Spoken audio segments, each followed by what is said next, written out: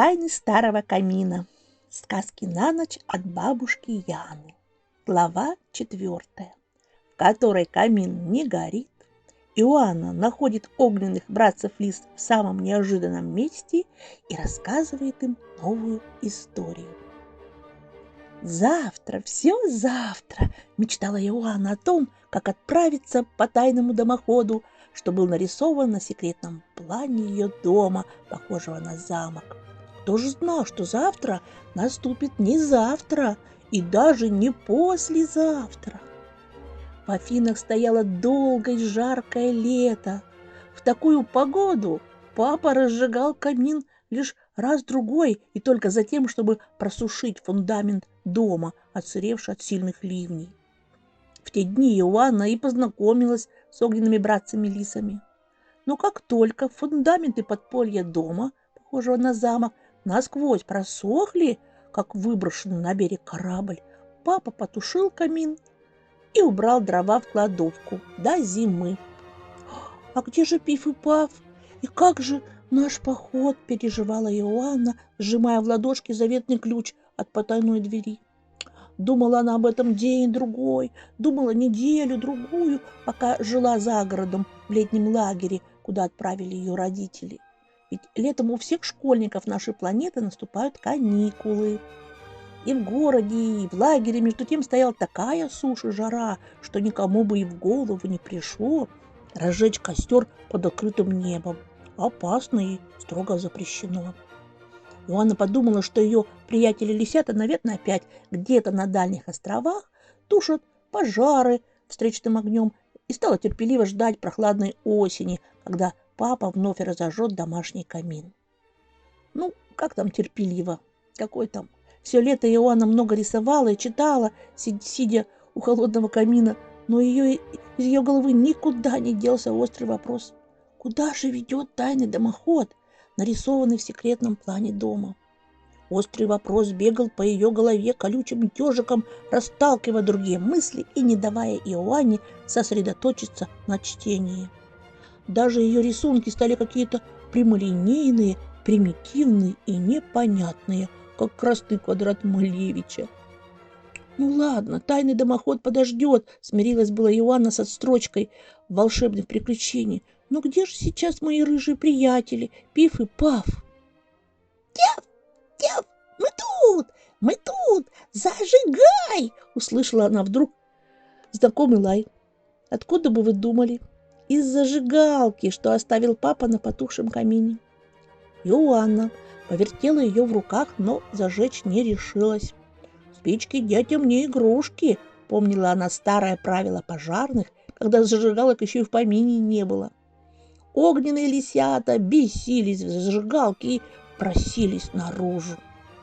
Иоанна решила почитать им на ночь сказку о волшебной лампе Аладдина, чтобы они вели себя не хуже послушного джинна из этой лампы.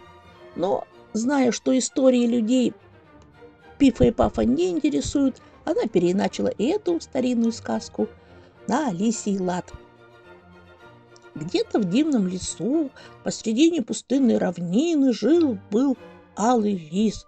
Начала свою повесть Иоанна, и писк в зажигалке тут же стих. Да-да, был он так прекрасно красен, что его так и звали Алый лис. Алый лис был беден, как 100 церковных крыс, но молод и весел. Как сухопутный бриз он носился по лесу, пока однажды в ельнике не наткнулся на енота-колдуна. «Эй, Алый лис, можешь мне помочь как лучшему другу?» — окликнул его енот-колдун. Лучшему другу Алый всегда готов был прийти на помощь. И хотя с енотом он был едва знаком, спросил, что ему нужно. Тот попросил Алого лиса спуститься в глубокую пропасть, куда колдун где уронил свою волшебную лапу. Еноты, как шаманы, бьют такой лапой в бубен, и духи леса, и даже сама эта лапа будто бы исполняет их волю. «Достань мне эту лапу, я щедро с тобой расплачусь», — пообещал енот-колдун. И Алый лис согласился. Спускаться же в пропасть, ты знаешь, дружок, куда проще, но страшнее, чем выбираться из нее. На дно глубокого оврага Алый лис скатился кувырком. и под первым же кустом шиповника увидел ту самую волшебную лапу. Это была передняя левая лапка черного волка, погибшего в бою с чудищами 100 лет назад. Чудовища неясной породы напали тогда на этот лес и хотели превратить его в пепел. Но звери и птицы, лягушки и змеи, жуки и пауки, все до последнего комарика встали на защиту зеленого дома. И победили чудовищ. Много пало в том бою зверей. Погиб и вожак волчьей стаи Маврос Ликос, так звали черного волка.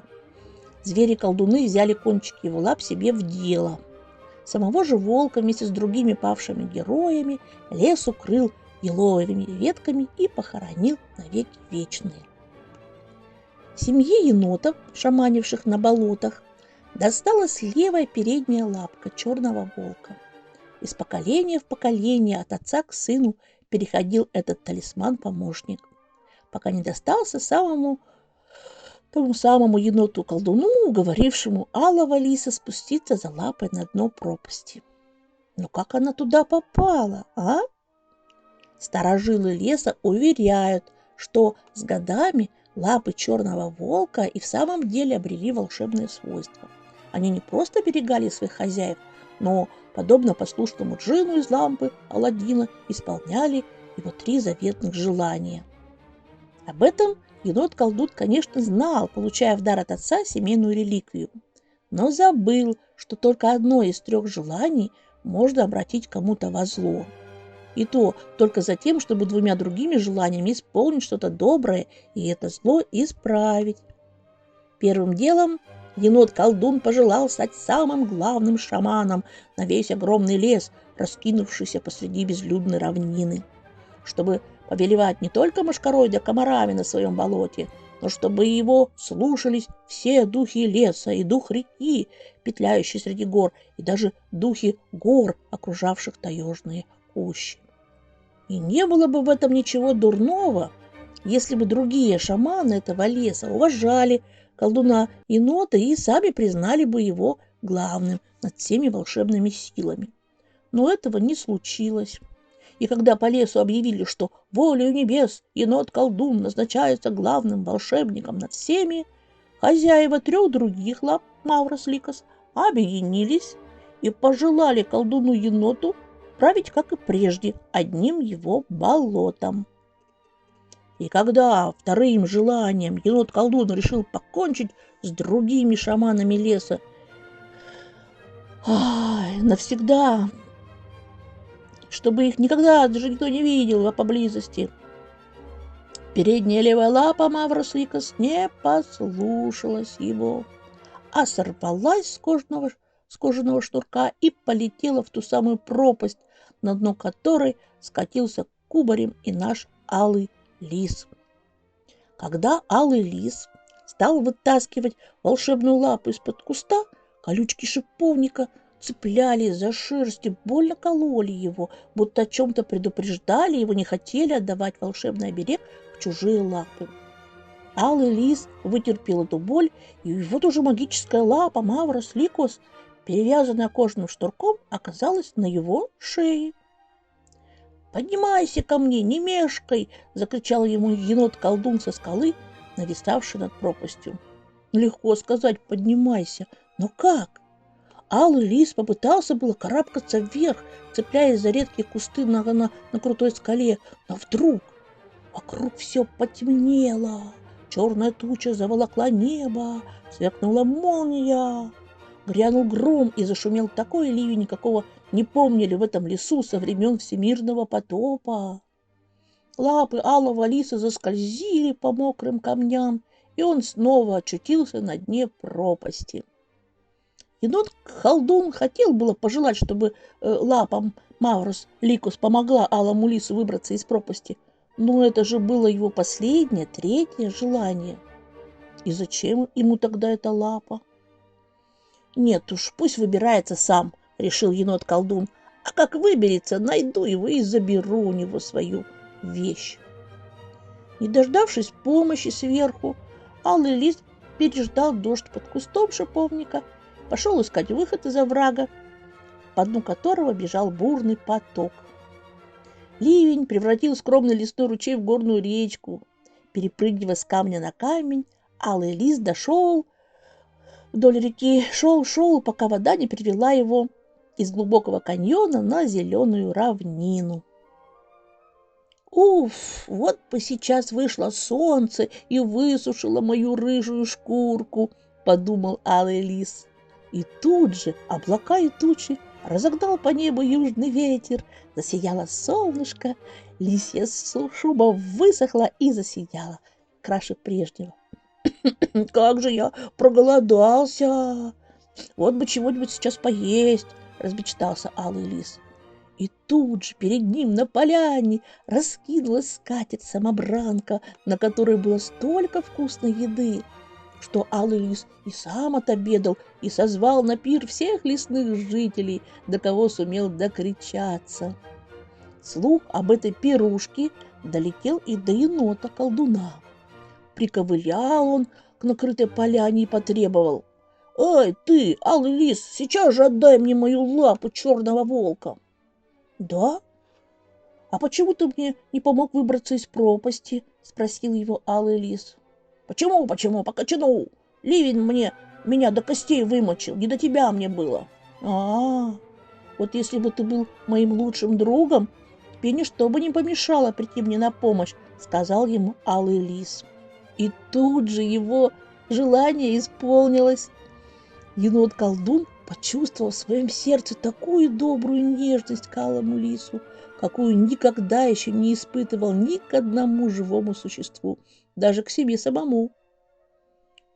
«И я желаю стать тебе лучшим другом», — ответил енот-колдун, потратив свое третье желание на доброе дело. Так они и дружили всю жизнь. А когда состарились, передали лапу черного волка своим детям и посоветовали, чтобы те желали себе и другим только хорошее. «Ну, как вы там, спите?» — прислушалась Иоанна к зажигалке. Ей никто не ответил. Иоанна положила зажигалку на камин и сама отправилась спать. А приснилась ей в ту ночь осенняя поляна на опушке волшебного леса, где сидела она рядом с лучшим другом, и читали они сказку по ролям. За алого лиса говорила Иоанна, а за автора енота-колдуна читал мальчик. И было им так весело, что их смех выманил из реки, что протекала рядом, золотых рыбок. А те так развеселились, что захотели полетать по лесу, как птицы. И что вы думаете? Кто-то тут же исполнил их желание, будто лапа черного волка. Может быть, она и правда висела на кожаном шнурке где-то поблизости, подумала Иоанна, внезапно проснувшись. А ты знаешь, дружок, что сон, во время которого ты проснулся, будет помниться долго-долго? Иоанна и запомнила его в деталях и ярких красках. Вот только никак не могла вспомнить, как же звали в ее сне того мальчика, того самого лучшего друга, с которым она читала книгу сказок. «В следующий раз обязательно с ним познакомлюсь», — решила Иоанна и снова заснула, ведь до утра еще было далеко.